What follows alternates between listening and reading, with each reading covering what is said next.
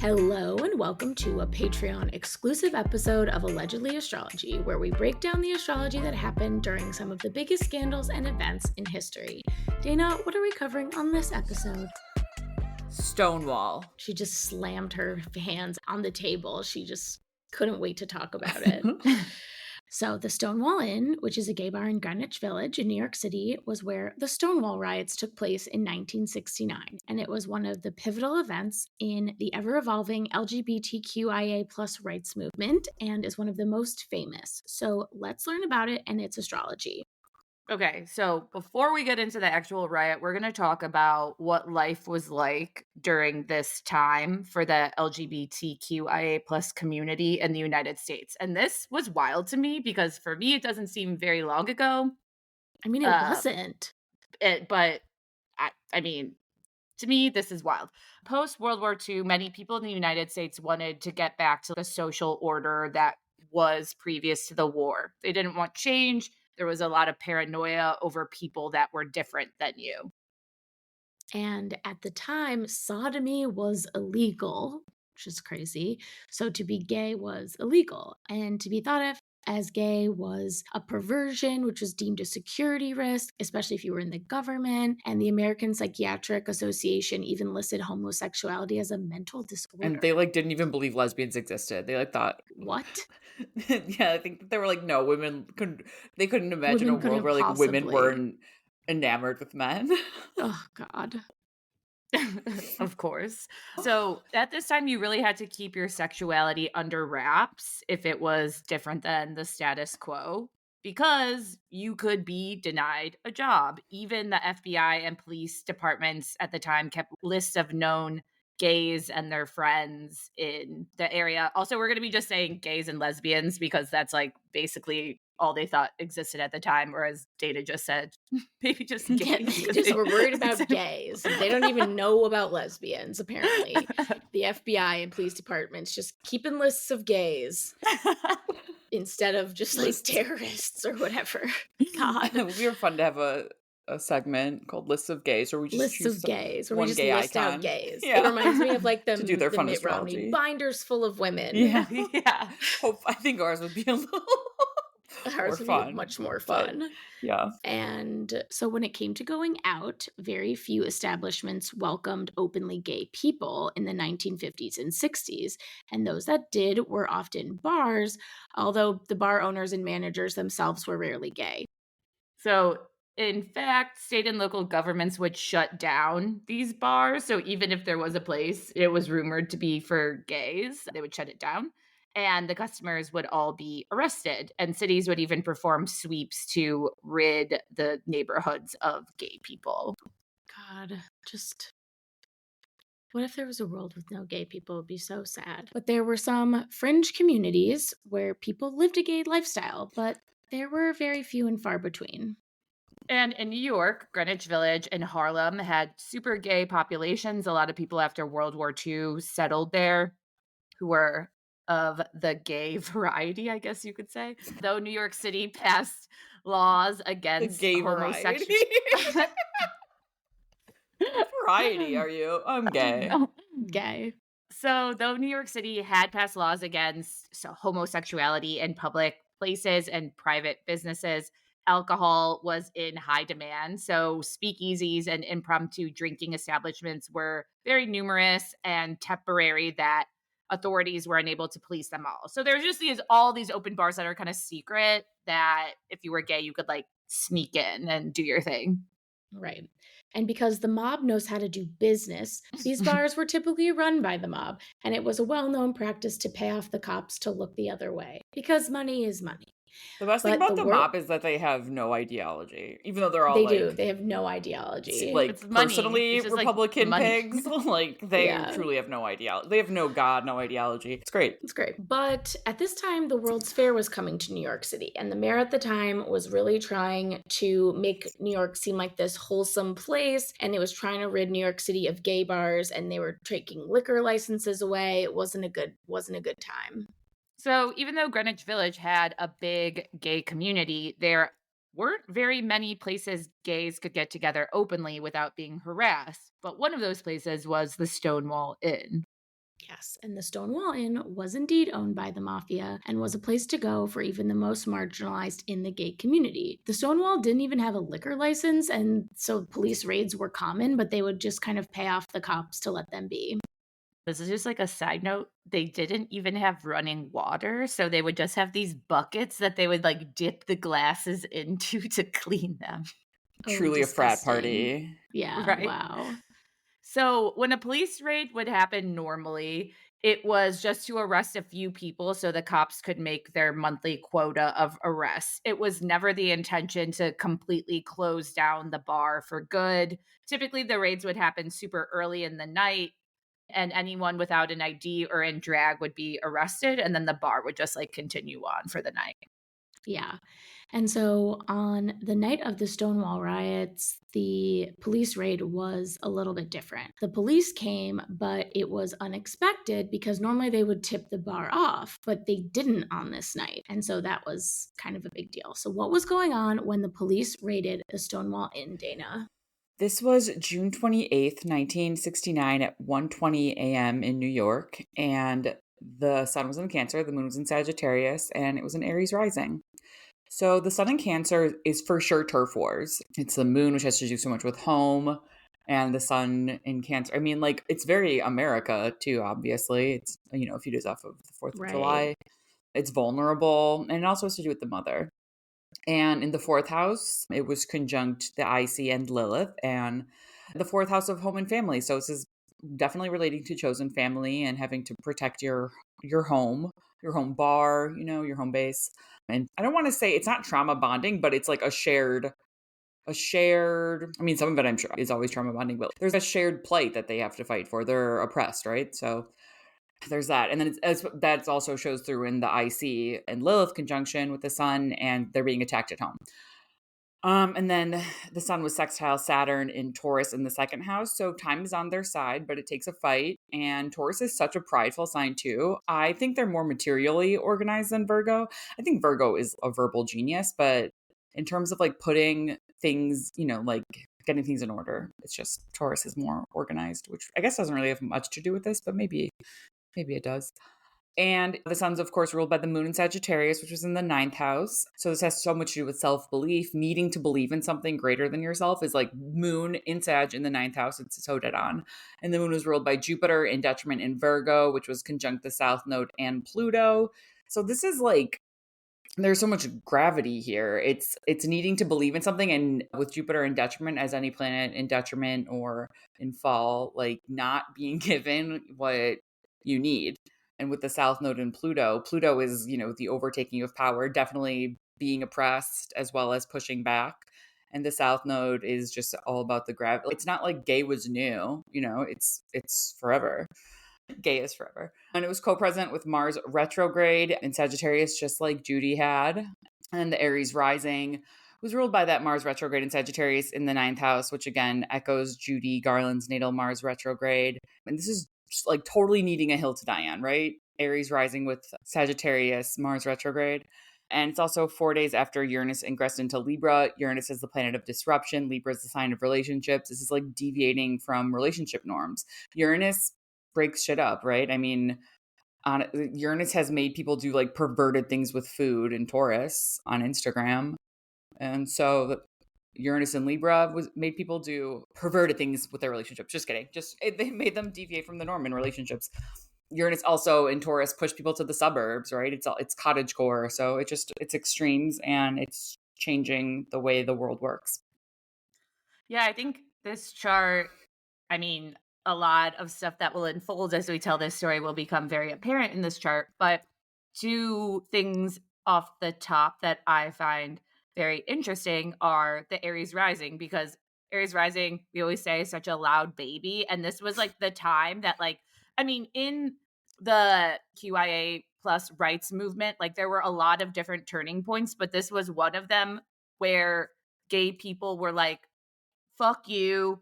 This is me. We're going to get what we want. We're not going to hide anymore. Love And then that. also Chiron is there. So typically this is a thing like yourself, the wound of yourself. Typically you don't want to show yourself because you couldn't during this time, or like your true self, or like put yourself out there in the world. And then they did. And then the other thing is, I also think like Uranus and Libra again is like, fighting. It's like for or changing like what justice is, laws. Totally. And I love how it's like 4 days after Uranus entered Libra. Like it wastes no time, it's Yeah. in some ways, I mean, Uranus enters Gemini in 1 week. So that one's a little less exciting for Yeah. all of us because it's associated with war. I know. But but No, maybe thank it'll be something you. better. Maybe we'll have higher literacy rates. I don't know. But Uranus and Libra, pretty cool for We this one. somehow avoid all the Yeah. pattern of war, and America just somehow is really good at reading. All of yeah. The children learn to read again. So back to Stonewall. On this night, Elise already said the raid was a little different because the cops didn't tip anyone off. It was also different because the cops came at 1 a.m. Normally, they would come at like 9 p.m. early in the night. So when it's 1 p.m., people are drunk and people are refusing to show ID to the police when the police ask them. So the cops are supposed to come, they're supposed to take the alcohol. They have arrested a few people because they're refusing to show ID, but it was taking longer than usual for the paddy wagon to arrive outside. So, because it's taking all this time and there's a commotion, a crowd starts to gather, and like 100 to 150 people are suddenly like in the street. Yes. And although the police forcefully pushed or kicked some patrons out of the bar, some customers who were released by the police performed for the crowd by like posing and saluting the police in an exaggerated fashion, basically like just making fun of the cops, which is bold and I love it. And then the crowd would applaud and it was just encouraging them further. Yeah, it is like very clown shit. Like a Love lot it. I of love the it.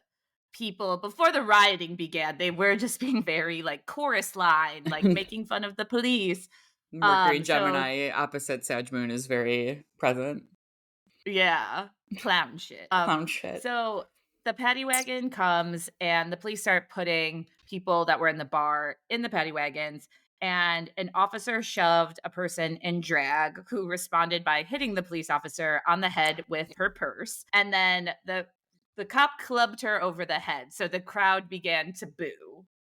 And Sad. there's a lot of debate and lore about sort of who started the escalation, but bystanders say that there was a patron taken out, clubbed by a police officer after complaining her handcuffs were too tight. And she looked at the crowd and said, "Why don't you guys do something?" And after an officer picked her up and heaved her into the back of the paddy wagon, the bystanders are like, "You know what? She's right. Let's do something. Let's fucking riot."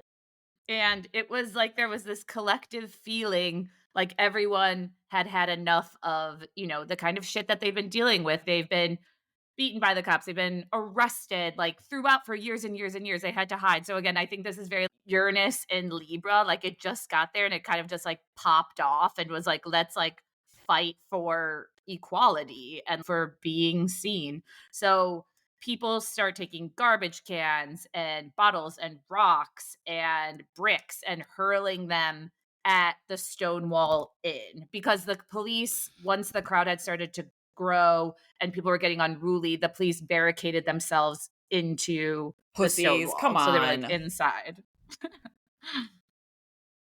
God. I for sure would have done that, I should say. For all the 2 fights that I've been present for, I hid or pretended to be asleep, but And so the mob lights their own garbage cans on fire and throws it through the broken windows of the Stonewall Inn because police were barricading themselves inside. And the mob was just like, "You're not gonna hide from us, you pussies." And they stopped cars in the streets, they overturned one, and no one was backing down against the police. At the end of the night, 13 people had been arrested. Some in the crowd were hospitalized, and 4 police officers were injured. And almost everything in the Stonewall Inn was broken. I guess it's not funny, but it's kind of funny. It's kind of funny. Especially because it's so mob. Like, they could commit insurance fraud or whatever. Yes. And so one of the people there later that night was Marsha P. Johnson, who was a drag queen and an activist known as the mayor of Christopher Street, really just a huge figure in the gay rights movement. But she was also active in the city's art scene. She modeled for Andy Warhol. She was really a major figure at the time. So she showed up at 2 a.m. when the riot was like really getting going. and she was there fighting. She actually was seen climbing a lamppost and dropping a heavy bag onto the hood of a police car, shattering the windshield. So, what was Marsha's birth chart like? She was born on August 24th, 1945 in Elizabeth, New Jersey. We don't know what time, but she was a Virgo sun and a Pisces Oh, we moon. need her time. I know. But just in case anyone is wondering, I had a dream that Lena Dunham told me she's a Sagittarius rising. So maybe if that's true, I dreamt it.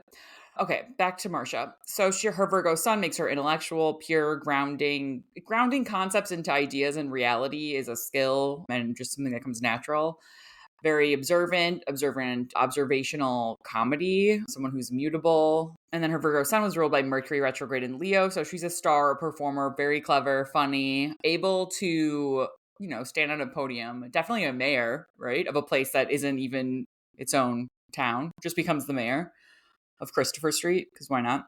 The Virgo sun was co-present with Jupiter detriment in Virgo at 29 degrees. So Jupiter entered Libra the very next day. But Jupiter with the sun energizes the sun and adds benevolence. Since Jupiter is detriment in Virgo, that means that others are less likely to be as generous. She has to fight for what's hers. The moon, also, it's obviously worth noting that it was her Jupiter return during Stonewall. So, she's going for the gusto. Also, it's like a time of growth. Like she's cemented in history for having done something to help people, which is very, Virgo. And then the moon in Pisces is sensitive, dreamy, glamorous, ruled by that Jupiter detriment in Virgo. So service-oriented, self-sacrificing. There's a lot of spiritual power, especially like generating abundance the more you sacrifice yourself, which isn't, I would very much caution someone to take that as, prescriptive, but it's definitely like someone who gains a lot from being, I guess, maybe a figurehead, someone who it's good to give and then gets more. And then Mars is in Gemini, conjunct her Uranus. So there's a strength of duality, definitely an iconoclast. This is like, it's just also so like, fuck you, really using your words for fighting. Ruled by Mercury in Leo adds, again, a lot of pageantry and power. And Saturn detriment in Cancer, conjunct her Venus and North Node. This is like an unconventional mother. There's just like an eternal love and definitely someone who is really cemented in history as mother, right? Now that we say that. Yeah, mother. And then she had Chiron conjunct Neptune and Lilith in Libra. So this is wounds around relationships, being an outsider. As soon as Uranus enters Libra, it's also really activating that Chiron, Neptune, and Lilith. It's like, well, fuck this, getting her going. Well, also, looking at this chart, if you haven't listened, we did a gay icons episode for Pride Month, and Marcia does have a lot of placements as our gay icons. She has Leo, she has Cancer, she has Pisces, and she has placements in her 12th house. The only thing she's missing is that Jupiter in Libra, but she has a 29-degree Jupiter in Virgo, so it is like very close. Yeah, the next day it entered Libra. So whoa. yeah, She just missed but it. she's Maybe like, that's why she's like little known. Well, People know her, but she's like not. Yeah, that's true. She's nicher than like Yeah. Judy. But also it's sort of perfect for carrying like the ship, from like one port to the other. It's like the transition, taking it from Jupiter and Virgo, where it's in detriment, not as celebrated, to Jupiter and Libra, where it's able to be celebrated and out in public, out and proud, literally. Yeah. Literally. Cool.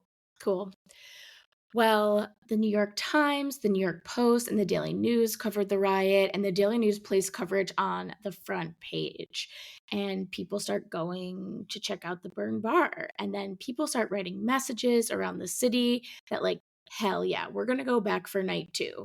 And this is kind of crazy, right? There's no like momentum on social media at this point, right? It's all like word of mouth that this kind of happens. Mercury and Gemini. Ooh. Yeah. Right when I saw Mercury and Gemini in the chart, I was like, that is why people were talking. People were reporting. Also, the way that people knew to go to Christopher Street was people had heard about it in the paper, so they wanted to go see how messed up the bar was. But people were running around the city, like writing in chalk, like Stonewall night 2. So like That's you so knew cool. to like go there. I know, it was like so lo-fi. It was just Now so we're much all cooler. lame and we're like, we tweeted this. Yeah, no, Well, I'm X'd it. I don't even know how you call it now. So the next night, there's rioting again. It's all over Christopher Street. More people join in. Thousands of people had gathered in front of the Stonewall, which had opened again. And Christopher Street was like super crowded. They spilled into the people there were like spilling into the adjoining blocks.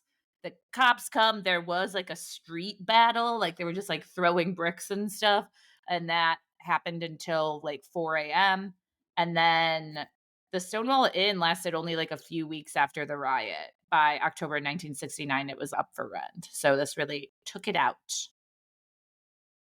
And the riots were really a moment that led people to call for change. And not everyone was like super down with the cause. There were older homosexuals, and many members of the Machine Society said that the violence was quote unquote embarrassing. Well, I think before, so the thing was like, and we'll get into this more, but this was one of the first, I think it was the first gay rights organization, but you couldn't even say gay. So like it's called like the Mattachine Society, but it's instead of saying anything with gay. And the lesbian one also was like Sisters of the Blossom or something like so random. But their whole thing was they were trying to just show people that they weren't freaks. Like they were like, we are normal like you. Like we Oh, don't have a mental disorder. We are dressed like oh, you. Like, that's so So I sad. think that's why they're like, Got it. oh, we don't Okay. want these like hood rats in the street right now breaking Right. shit. I God. could see how that was, yeah, not great for their cause. Hmm. Yeah. And because it was like an older generation compared to a newer one that was like just over it. Right. So the Village Voice also ran reports that included like unflattering descriptions of the events and its participants. So they used a lot of like gay slurs and stuff and called them like limped wrists. So What? Oh people my God. The obviously, Village Voice, like, I think of it now as just like something that's so like for the people. And I It's didn't a realize that very liberal sounding title. yeah. So I'm surprised that they weren't always that way. Hmm. Maybe they yeah. were, and So just being gay was so taboo that it was like it's so weird to even think about how it was sort of like a thing when we were younger. Like finding out what gay was a moment, whereas now, That's like true. my friends' kids just sort of know. They're like, oh, that's I know. Pete I has went two to dads or two moms or whatever. I went to a preschool in Boys Town, and I'd be like, Mom, look, there's two men kissing. And she would always say, don't we live in such a colorful neighborhood? And then maybe in like first grade, I was walking with Caroline and I was like, look, I saw two men kissing. And I was like, look, colorful people. And she goes, what? Those are gays. And I was like, so I distinctly remember the first Caroline. time I heard about gays. Very distinctly. That's so funny. Those are gays. Caroline. Classic. It's so like Sag Moon Aries of you too to have like the innocent sort of like, oh, colorful people. Yeah. It's Like sweet. So Dorothy. Yeah. So, the Village Voice kind of made a mistake by doing this because people were not just going to take their bashing lying down. So a mob grew again around the Village Voice and they threatened to burn down the office. So that was Swag. another mob. I love Wow. that. And so many who were moved by the rebellion attended organizational meetings, sensing an opportunity to take action. And the Mattachine Society performed its annual picket in front of Independence Hall in Philadelphia. And it was kind of conservative and chill. And their whole thing was like, we're gay, we deserve rights, but we're still like you. But like given that everyone had heard about like Stonewall, people who had been oppressed for so long now felt empowered. So they were like, let's be a little less chill and like hold hands during it. So like partners were like holding hands with their partners. And this really got onlookers and even one of the organizers super riled up and talking about it. So within the community, there began to have these factions that were like, we need to be chill, which were older gays, and those that were like, no, we need to pop off, like younger gays. It's So, so like fear versus I don't know, it's just so the charts. yeah. Well, what was going on during the picket day? Because the picket day also like So this was set July some stuff into 4th. motion. 1969 in Philly. And the sun was in Cancer, the moon was in Pisces. So the moon in Pisces and the sun in Cancer both really wanting to maybe adhere to certain norms in order to be able to do what they want, right? Like they're afraid of losing the rights that they've already won. That's also intuitive. There's so much like, emotions and love there. Venus domicile in Taurus, opposite Neptune and Scorpio. This is new ways of relating. Sometimes it makes people have feelings, right? Feeling a certain way. We're seeing gays. It's a new way. Like you have to adjust to these new ways that like, I don't know, that like two men are holding hands, you fucking weirdo. Why do you care? Is it because you want to be holding their hands too? That's such a, Mercury domicile in Gemini, which by the way is the hands, was squaring the nodes. And this really is sort of the core, I think, of sort of where the young meet the old in all of this, because it's definitely like having a cause, having this idea against fate. It's sort of having to pull literally really tight magnets apart, push boulders aside. When a planet squares the nodes, the topics and energy associated with that planet are just up against so much. And things beyond their control get in the way, but the planet just, never gives up. So it's like, I guess it's sort of like walking on eggshells. It's something that's going to be consequential, but tough. And in this case, it's Mercury in Gemini, which I also love because Mercury is the only planet without a gender, and it's so strong in Gemini. So it's also like, fuck you all. This is going to happen. And Mars retrograde in Sagittarius was stationing direct 3 days later. So that's extra potent. It's in Vedic astrology. Like not all Vedic astrology, but some practitioners of Vedic astrology believe that Mars, when it's stationing direct, is like at its most powerful. And again, this echoes the Mars retrograde in Sagittarius and Judy Garland's chart. And it's also sort of like fighting for what you believe in. And I mean, it's a little mafioso. Like you can stand with us or you can get a brick thrown at your face. But you can believe what we believe, or you can shut the fuck up, or you can say what you need to say and we're going to hurt you because, not like sick of getting pushed down for too long. There's a lot of dogma related to it, but in this case, there's also a lot of dogma against it, which they're fighting against. Maybe that's sort of what the retrograde's really about too. Fighting against the dogma as much as you're sort of fighting for what you believe in.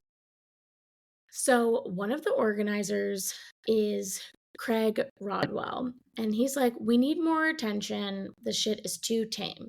And some people agreed, and they start forming new organizations like the Gay Liberation Front and the Gay Activist Alliance. So Craig goes back to New York, and he's determined to change like the established quiet, meek ways of trying to get attention. And one of his first priorities is planning what he called Christopher Street Liberation Day. And this would become the first gay pride.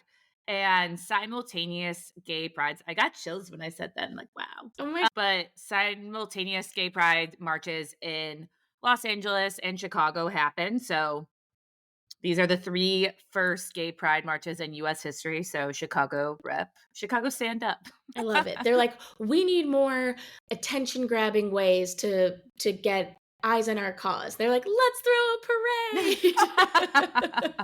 I love that. I fucking love it. So, Dana, what was going on when the first gay pride parade happened? So this was June 28th, 1970, and the sun was in Cancer and the moon was in Taurus. So it's an exalted moon sextiling the sun, which is ruled by that exalted moon. There's harmony, there's peace, and especially in Taurus and Cancer. These signs want to relax. They don't want to be bothered. Mercury, again, was a domicile in Gemini. So this is starting a conversation. Word is bond. It was exactly trine Jupiter in Libra. Right? Okay, so our gayest placement as voted by the Babadook, Judy Garland, and Cher. Hell yeah. And Mercury trine Jupiter is generating goodwill for the community, throwing some great parties, having great conversations, meeting people that you get along with. Also, just really great for symmetry. These are the 2 signs that represent symmetry. And Mercury was square Pluto in Virgo. So this adds power and gravitas to these conversations. There's fighting words. There's conversations that are disrupting the status quo. It's a power, right? It's not all just parties and hand holding. They're also doing something that is subversive, and that's Mercury in Gemini, square Pluto in Virgo. Venus was in Leo, which obviously is so much pageantry and so many, such spectacle, right? So much to look at. A parade, right? Like this, we're going to celebrate this with a parade. And Venus was squaring the moon and Saturn in Taurus and Neptune in Scorpio. So it's a fixed T-square releasing into Aquarius, really needing to let your freak flag fly because you've tried everything else and your only option is to be yourself. So for anything in life, arriving at that point is a victory, but in fixed signs are so proud, especially like Venus and Leo. And it wants to show off, and it earned the right to show off. And the planet of love and connection, it's literally in the sign of pride. Leo is a sign of pride. Lions travel in prides. And then squaring the moon and Saturn in Taurus really adds an edge. It's fighting. It's because it's Taurus, it's fighting to not be bothered. You're like, just leave us alone, you know? We want the right to exist. We want the right to have like the same tax advantages as you fucking straight couples, you know? And then squaring Neptune in Scorpio really makes things glamorous and scandalous. And it's shining a light on this underground culture and making that seem glamorous, right? I'm assuming there were kids who saw that and like either had parents who went no way or like were against it and were like, I'm into that, right? Because it was either a way to defy their parents or a way to just see something cool and be like, hell yeah, let's get on board. And then Mars was in fallen Cancer, unsurprisingly. It's a hard-won victory. They're still up against people who don't want them to have rights, etc. And it's able to sort of generate this like idea that it's us against them. You know, it's sort of Mars with the sun in Cancer. It's really like, this is our territory. We have to set our stake down. We can't just be casual about it. They're going to be mean to us no matter what. And we just have to be, you know, we have to stick together. This is our fight. This is what our fight is. And positively, Mars was sextile Saturn in Taurus. So it's a short and long-term results.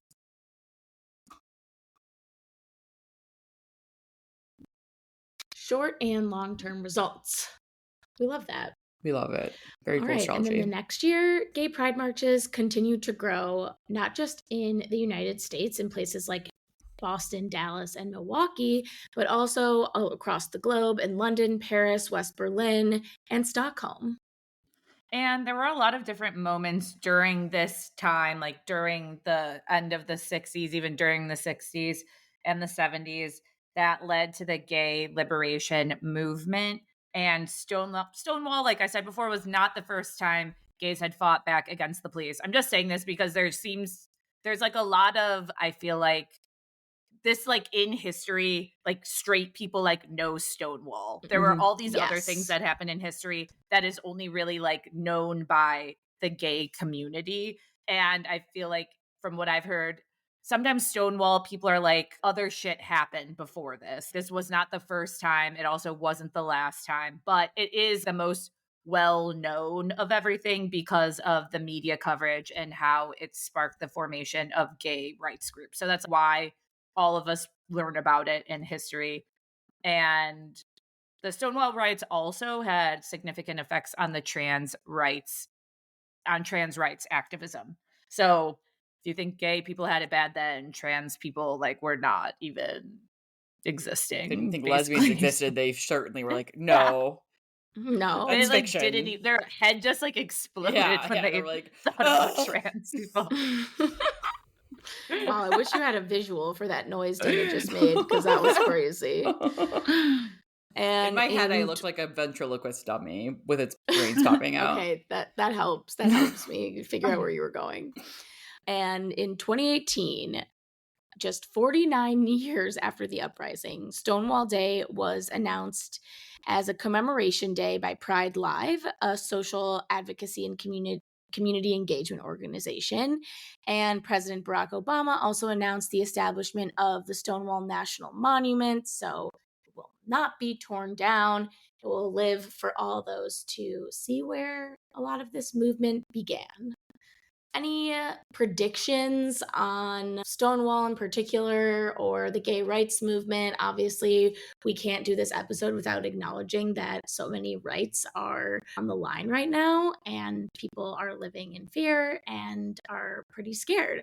I talked to a gal just last week who was like, oh yeah, like we planned this whole wedding, a lesbian, by the way, because they exist.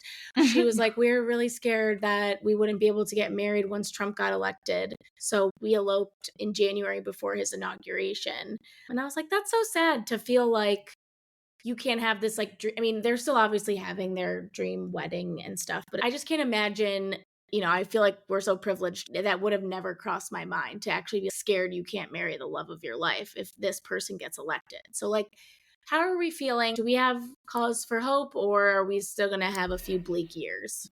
I mean, I don't expect material changes for gay rights. I'm most worried about trans rights. So for any trans community organizers, I would try and organize, especially I would target, I know this is kind of a far way out, but the years passed quick. August 24th, 2028 is when Jupiter next enters Libra, and it's there until September 24th, 2029. So that's 13 months, which is pretty cool. It will be trining Uranus and Gemini at that time, which will be, I mean, if you really want to, we'll have to use social media and chalk to let people know. I mean, that's like right at the time we're gearing up for our next election. I want to be, I want to, like, this is so exciting. I would love to help plan something several years in advance when I don't know how to plan or whatever. But I'd like to be a part of something. I guess I'll say that. I would love to be a part of something. Yes. And so Jupiter in Libra is so far seems away, like a good time to really get our way. And by our way, I mean more trans rights or trans protections, I think is what's, because like they have the right to exist, but there's just not a lot of protections for them to exist, right? Right. Also, it's the nodal return of Stonewall. Yes. So maybe now, I guess, yeah, maybe gays, you should be worried. Maybe now. Maybe now. Well, so we're planting the seeds now for something to happen in August of 2028, which will lead us right into the fall of our next general election. So it's never too early to start planning something big and keeping and staying hopeful. Maybe that can keep us hopeful for the next election, because it looks like, maybe, I haven't looked at the chart for Pride 2029, but with Jupiter in Libra trining Uranus and Gemini, that aspect gives me a lot of hope. So it's pretty cool. Yay. Yeah. A lot of hope. I love that. Well, we could use a lot of that right now. And Pluto in Aquarius. That'll be so cool. It'll be an air trine. Yee, okay. Mm-hmm. All right. You guys, it'll be the season of the witch. Only like 3 Freak more flags years. fly. Yeah. Honestly, this year has gone by so fast. So no, we gotta buckle up, peeps. But thank you so much for listening and supporting the podcast. Happy Pride. Pride is a month, but we celebrate all year round. And with that, I'm Elise. I'm Dana. And I'm Sarah. And this has been a Patreon exclusive episode of Allegedly Astrology. Bye.